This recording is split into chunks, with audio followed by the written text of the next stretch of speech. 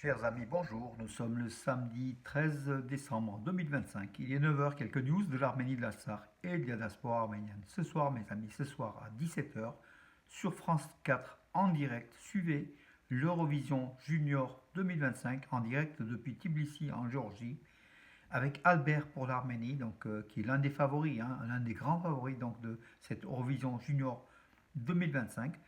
Les votes gracieux gratuitement ont commencé déjà hier soir. Vous pouvez voter, mes amis, autant de fois que vous voulez. Moi, j'ai voté quelques dizaines de fois gratuitement, donc sur Internet et puis par les téléphones portables, bien sûr. Au www.jes, donc www.jesc.tv. Vous avez l'adresse sur ma page Facebook, sur Nouvelle d'Arménie. Je l'ai mis un petit peu partout. Et mon ami aussi, Yerevan Ayastan, au niveau donc, mondial, hein, dans des dizaines et des dizaines de sites, a placé donc cette adresse. Donc nous avons fait beaucoup de travail pour que l'Arménie gagne, pour qu'Albert puisse être terminé premier et qu'on reçoive l'Eurovision Junior 2026 à Yerevan et qu'on gagne pour la troisième fois parce que l'Arménie a gagné deux fois l'Eurovision Junior comme vous le savez. Voilà, très belle chanson d'Albert. Donc mes amis, allez-y, votez. Il faut vous pouvez voter jusqu'à ce soir jusqu'à 20h59. Jusqu'à pratiquement 17h, 16h59. Vous pouvez voter donc encore, vous pouvez voter donc ce samedi jusqu'à avant 17h, voilà, tout simplement. Allez-y mes amis, faites-le savoir à vos amis, l'Arménie a besoin de points pour terminer en tête justement du classement des votes du public. Après, il y aura les jurys qui vont accorder, d'après nos informations, de très bonnes notes à l'Arménie. On verra. Voilà. L'Ukrainienne, qui est d'origine arménienne, est favorite aussi, hein, donc du titre. Donc voilà. Il y a aussi une arménienne pour la Géorgie, mais en tout cas, je ne pense pas moi qu'elle soit parmi les deux premiers. Voilà. Mais Albert pour l'Arménie, que vous connaissez, hein, Voice Kids, représentera l'Arménie avec sa très belle chanson. Et c'est en arménien, mes amis. Toute la chanson est en arménien. Il faut favoriser, il faut l'encourager. Voilà pour la partie, mes amis, amusement. Donc, information, bien sûr, c'est la liesse, la joie, le football arménien. Un âge d'or avec Noah Yerevan, champion d'Arménie, vainqueur de la Coupe d'Arménie, qui a battu le champion de Pologne, Legia Varsovie, à Yerevan, avant-hier, sur le score de 2-1 dans le cadre du cinquième match de l'UEFA Conference League. Il reste un seul match contre Dynamo de Kiev le 18 décembre, mais déjà virtuellement, donc le Noah Yerevan est déjà qualifié pour les matchs de barrage. C'est historique, c'est du jamais vu, mes amis. Donc voilà, avec les grands clubs européens, le club d'Arménie, champion d'Arménie, puisse ainsi disputer des matchs et gagner des matchs et justement se qualifier à un niveau important des coupes européennes. C'est la l'UEFA Conference League. Voilà mes amis. Bon, par contre, donc les Polonais déçus, les supporters polonais ont un petit peu mis en désordre le centre de la capitale arménienne, notamment vers le vernissage. 17 supporters polonais vers minuit et demi, donc avant-hier, ont été arrêtés par la police arménienne pour hooliganisme en fait. Ils cassaient tout simplement, ils avaient sans doute bu beaucoup et pour atténuer leur amertume de la défaite contre le club arménien, ils ont cassé beaucoup de choses à Yerevan, à la justice d'Arménie de faire la suite, mes amis, voilà, parce que, bon, ce sont quand même des spectacles désolants. La Pologne n'a rien à voir. Le peuple polonais est un peuple ami de l'Arménie, mais les supporters, vous savez, ce sont des hordes, une fois fanatisés, une fois donc alcoolisés, peuvent faire beaucoup de dégâts. L'Arménie, c'est pas le cas. L'Arménie, on n'a pas ce genre de supporters, pas encore du moins. Mais voilà, donc l'Arménie goûte aussi à la communauté internationale du monde du football où le hooliganisme en fait est aussi présent, voilà, parmi les supporters fanatiques. Le gouvernement arménien est déterminé à garantir la paix dans le Caucase du Sud. C'est le discours du président de la République d'Arménie, Vakhen Tchatchourian, au Turkménistan, oui, en fait, au Turkménistan à l'occasion du 30e anniversaire de la neutralité permanente du Turkménistan. L'Arménie qui a des relations très cordiales avec le Turkménistan et même importantes au niveau économique, le Turkménistan étant un grand pays gazier au monde, hein, vous le savez. Voilà, dans le discours, donc Alain, donc Armène, pardon, ni Alain ni Armène, mes amis, parce que là, en même temps que je vous parle, je pense à d'autres informations. Tout simplement, c'est pour ça que souvent je fais ce genre d'erreurs. Vakhen Tchatchourian, donc il a vanté les qualités donc, des relations entre l'Arménie et le Turkménistan, deux pays amis. Euh, et puis le président donc, du Kazakhstan, Tokayev, donc oui, alors Jomart, donc son nom un petit peu compliqué, euh, Tokayev, on dira, il a donc oui, Kassim Jomart Tokayev, il a vanté lors de ce sommet en fait qu'il a affirmé la signature de la déclaration de la paix entre l'Arménie et l'Azerbaïdjan ouvre de vastes perspectives dans le Caucase du Sud. Le Kazakhstan qui est très intéressé par les voies de transport en fait du Sud-Caucase et par la paix entre l'Arménie et l'Azerbaïdjan, ces voies s'ouvrent de façon importante. C'est bon pour le développement aussi des pays d'Asie centrale.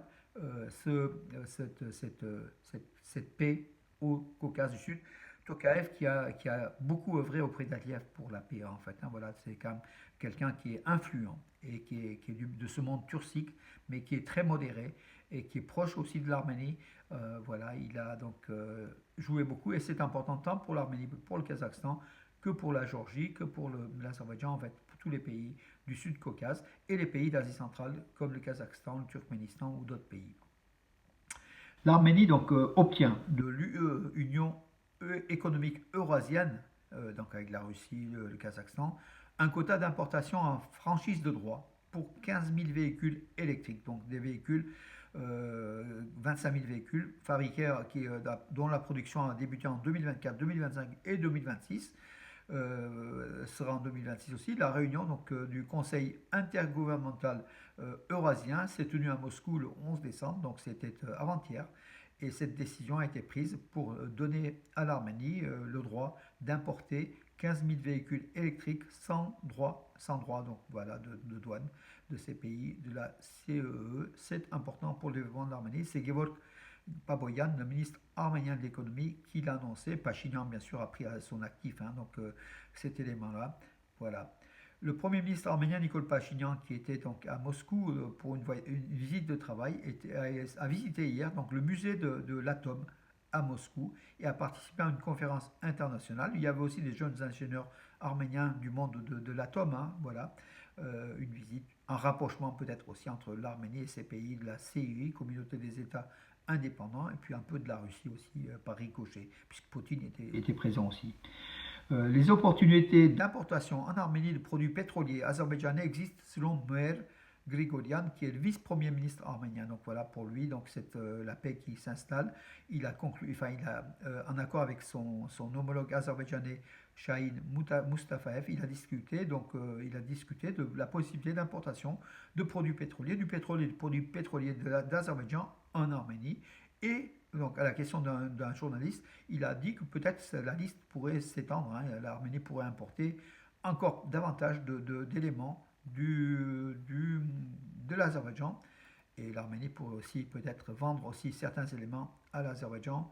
Vous allez me dire lesquels, je ne peux pas vous répondre directement, peut-être des produits de consommation courante, l'Arménie, et puis des produits industriels. L'Arménie fabrique aussi des produits intéressants sur le marché international des ex-pays de la CEI, donc c'est important. Alors un sondage qui est quand même important aussi, mes amis, que je viens de voir ce matin donc sur le site d'Armenius de mes collègues. Voilà. Selon un sondage Gallup en Arménie, 77%, 77,7% ont une opinion positive de l'Église apostolique arménienne, ce qui est tout à fait normal. Et plus de 50% ont une opinion négative des liturgies du Premier ministre Pachinian.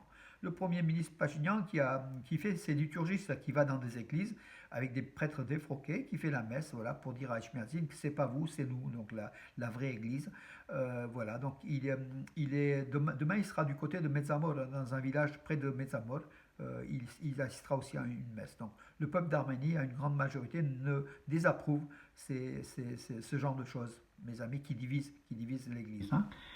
L'Arménie devient le 54e État membre de l'OIT, donc l'Organisation internationale du travail, a ratifié la Convention sur la violence, sur la violence et le harcèlement. Donc c'est l'ambassadrice d'Arménie en Suisse, notre cher Asmik Tolmadjian, qui était ici en France et qui nous manque beaucoup, Asmik Tolmadjian, donc voilà, qui est en Suisse, qui a signé qui a ratifié cette convention où l'Arménie a aussi un rôle et qui se développe. Voilà, mes amis.